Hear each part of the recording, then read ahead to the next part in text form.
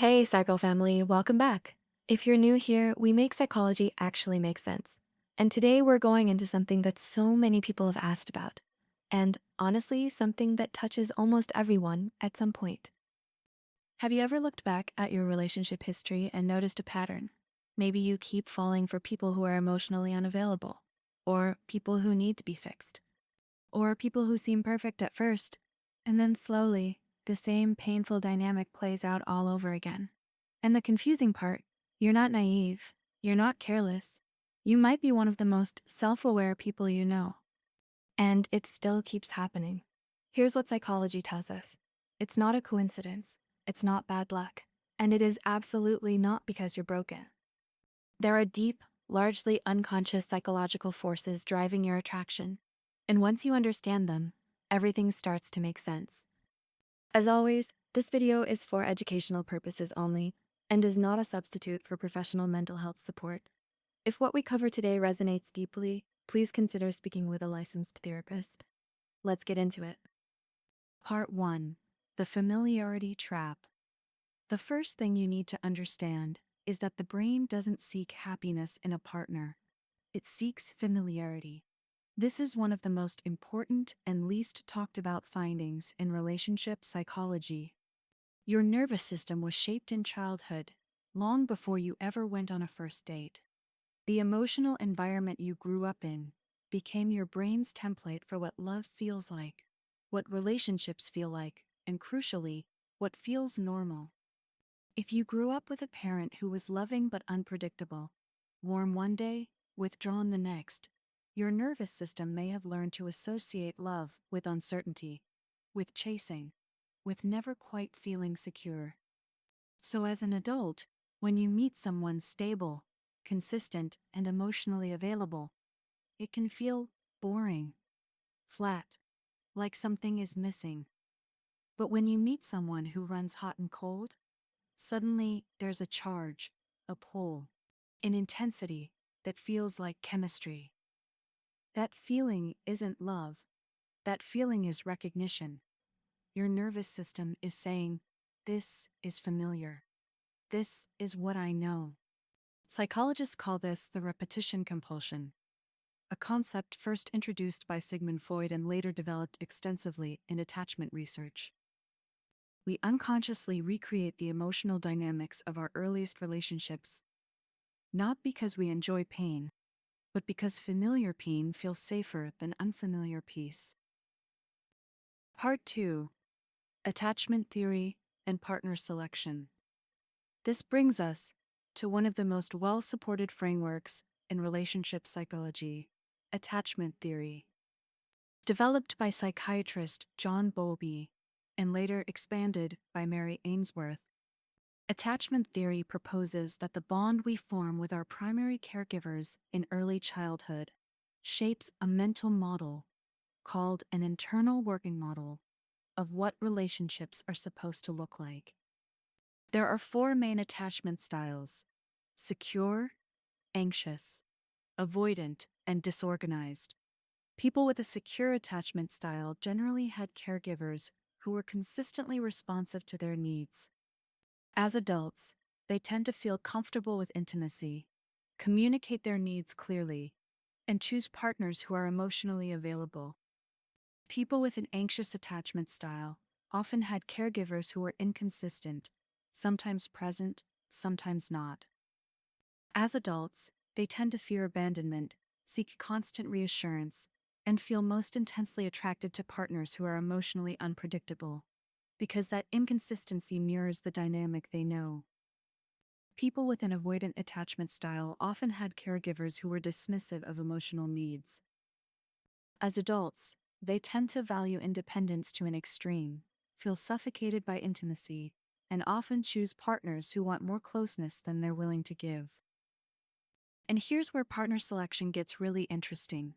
Anxious and avoidant individuals are deeply, almost magnetically drawn to each other. The anxious person's pursuit activates the avoidant's comfort zone. The avoidance withdrawal activates the anxious person's core wound. Both feel an intense connection, but it's a connection rooted in triggering each other's deepest fears. This is called the anxious avoidant trap, and it's one of the most common painful relationship patterns in adults with insecure attachment. Part 3. The Role of Self-Worth. Key PS. There's another layer that doesn't get talked about enough, and that's the role of self-worth in partner selection. Research consistently shows that we tend to choose partners who confirm our existing beliefs about ourselves. This is called the self-verification theory, developed by psychologist William Swan. If you grew up being told, directly or indirectly, that you were too much, not enough, difficult to love, or only valuable when you were useful to others, you may have internalized those beliefs as truth. And so when a partner treats you poorly, cancels plans without explanation, pulls away just when things get good, or makes you feel like you have to earn their affection, part of you recognizes that treatment. It confirms what you already believe about yourself at a subconscious level. This is not a character flaw. This is a survival adaptation. Your psyche is simply trying to exist in a world that makes sense, even if that world is painful. The flip side is just as important. When a genuinely kind, consistent, loving person pursues you, it can feel wrong, undeserved, even suspicious, because it doesn't match the internal story you carry about your own worth. This is why healing your self-worth isn't just feel-good advice. It is the mechanism through which your attraction patterns actually change. Part 4. Limerence and the Chemistry Illusion. Let's talk about chemistry for a moment, because this is where things get really misunderstood. When we meet someone and feel an instant, overwhelming pull toward them, heart racing, can't stop thinking about them, everything feels electric, we call that chemistry. And we treat it as a green flag, a sign that this person is the one. But neuroscience tells a more complicated story. That intense early attraction activates the brain's dopamine reward system, the same system involved in addiction. The neurochemical cocktail of norepinephrine, dopamine, and elevated cortisol creates a state that psychologist Dorothy Tenoff called limerence, an involuntary state of intense romantic obsession. And here's the critical part. Limerence is not a measure of compatibility, it is a measure of activation. The more a person activates your nervous system, whether through genuine connection or through triggering your attachment wounds, the more intensely you experience that feeling of chemistry. In other words, anxiety can feel like excitement. Hypervigilance can feel like passion.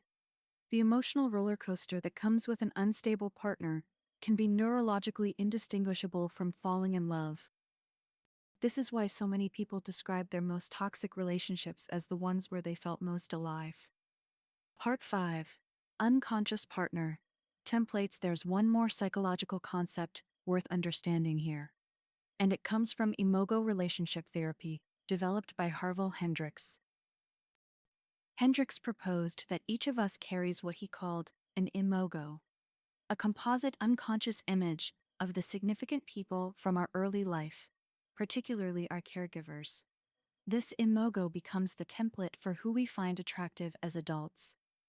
We are not just looking for someone to love, we are unconsciously looking for someone who resembles, emotionally, not necessarily physically, the people who shaped us earliest. And the reason, Hendricks argued, is that we are trying to finish unfinished business, to heal old wounds within the context of a new relationship. The problem is that without awareness, this process plays out automatically. You don't consciously choose someone who reminds you of an emotionally unavailable parent, but something in the way they hold themselves, the way they give and then withdraw attention, the particular kind of distance they maintain, registers as deeply, irresistibly familiar. And so, the cycle continues. Part 6. How to actually break the pattern. So what do you do with all of this? The first and most important step is awareness. You cannot change a pattern you haven't named. Start by looking honestly at your relationship history, not with judgment, but with curiosity. What emotional dynamic keeps showing up? What did those partners have in common? not on the surface, but in how they made you feel. Second, understand your attachment style. There are well validated assessments available online that can help you identify whether you lean anxious, avoidant, or disorganized. This knowledge doesn't box you in, it gives you a map. Third, and this is the one most people skip, work on your relationship with yourself before evaluating potential partners. Your self-worth is the filter through which every relationship decision passes. Therapy, particular approaches like emotionally focused therapy, internal family systems, and attachment-based therapy, can help you rebuild that foundation. Fourth, slow down. Limerence peaks in the early weeks and months of attraction. The nervous system high of a new connection is not a reliable guide to long-term compatibility. Give yourself time, more than you think you need, before making major emotional investments. And finally, learn what safety feels like. If consistency, kindness, and emotional availability feel unfamiliar or even boring to you, that's important information. It doesn't mean you should stay in something that doesn't excite you. It means that what you're calling excitement may deserve a closer look. The goal isn't to shut down your heart. It's to understand it well enough that you can choose from a place of wholeness rather than a place of hunger. You deserve a love that doesn't require you to shrink, chase, or brace yourself. And understanding the psychology behind your patterns is the first step toward actually finding it. If this video resonated with you, please like it and share it with someone who needs to hear it. Subscribe to SciGirl for more videos like this, and let us know in the comments, what pattern have you noticed in your own relationship history? Your story might help someone else feel less alone. Thank you so much for watching. We'll see you in the next one.